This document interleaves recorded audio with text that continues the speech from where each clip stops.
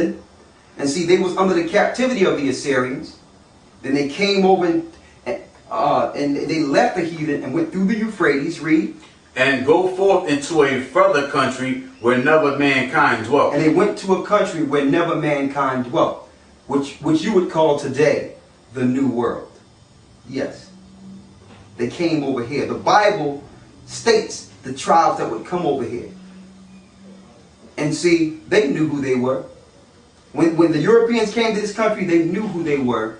And through the conquest and through the teaching of Christianity, they took that understanding out of the earth. Read.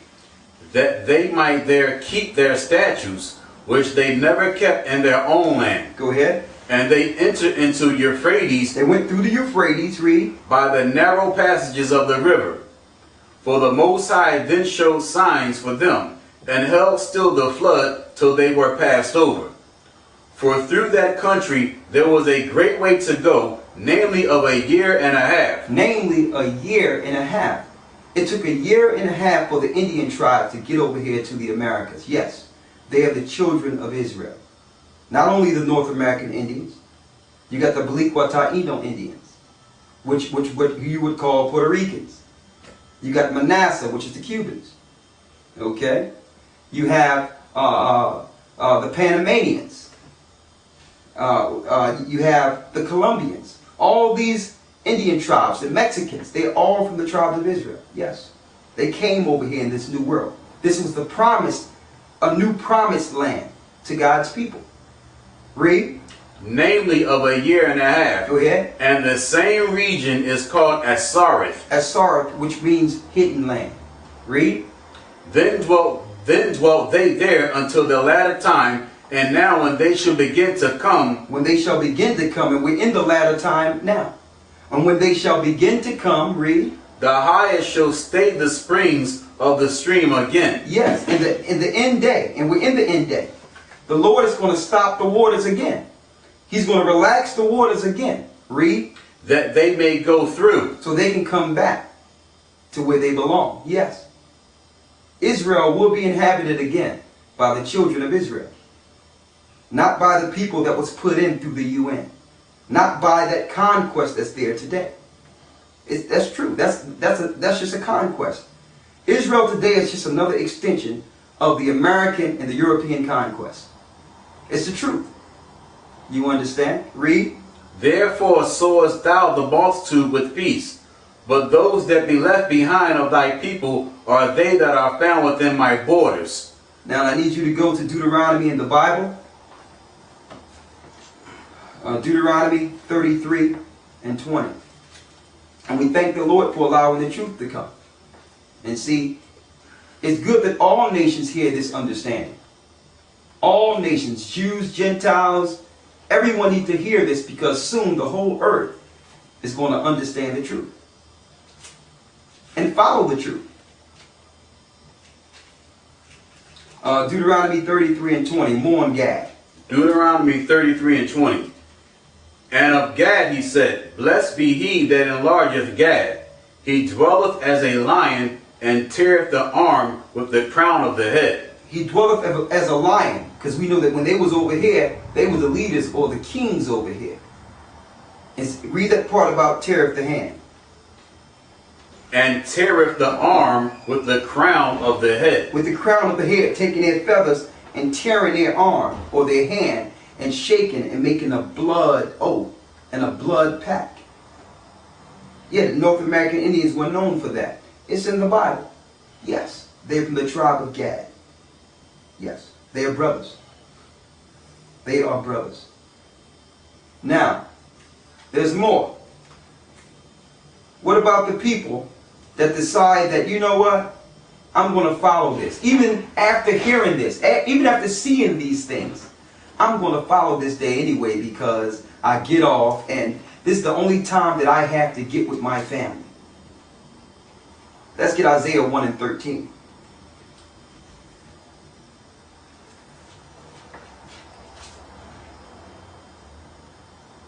Isaiah 1 and 13.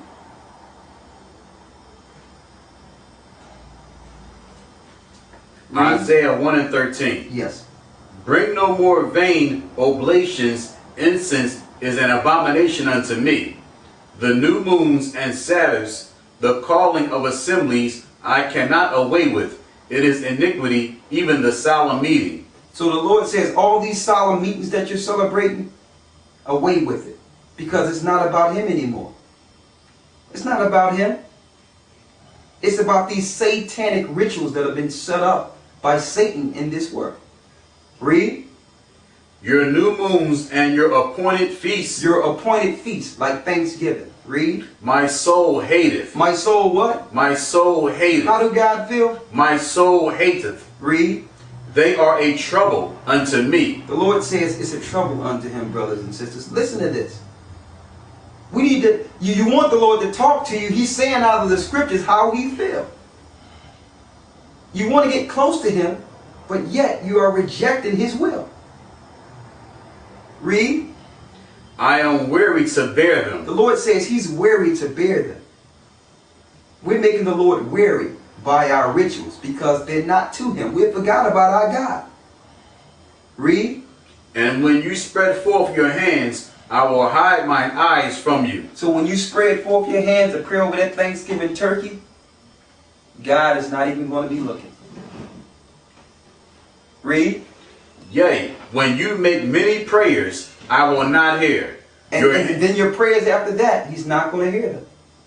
Because he's trying to talk to you and you're not listening. If you want to know what days that the Lord set up, go into Leviticus, the 23rd chapter, and read them. And even in those days have to be celebrated in the spirit of Christ. You can remember those days as a tradition, but Christ fulfilled those days. You have to see how Christ fulfilled them. Read. Your hands are full of blood. Let me tell you, the pastor's hands are full of blood. Your Thanksgiving ceremonies, your Christmas ceremonies, your Easter ceremonies, the day that you make your moolah, the day that you make your money. Your hands is full of blood because you took a position of Christ to lead the flock in righteousness. But yet, you're going to lay all your flock. You're going to lay them all so that Satan can take them. You're not protecting them. A real pastor, preacher, or leader of God will stand up in his congregation and say, look, these days are pagan. They're Gentile days, and I'm not going to make a dime on these days, and I'm going to help your souls by teaching you not to follow them, because I'm going to show you how to serve the God of Israel. I'm going to show you how to serve the Christ that's written of in the scriptures. Christ did celebrate Thanksgiving, Christmas, Easter. Read. Wash you, make you clean. The Lord says it's time to get cleaned up. It's time to get cleaned up. Read. Put away the evil of your doings. And put away the things that we've been doing that we thought was right. And this is going a little beyond holidays, but still. Put away the things that we know is wrong. Starting with our worships, but also the personal things that we do. Read. From before mine eyes, cease to do evil. Cease to do evil. Get me Amos 5 and 21.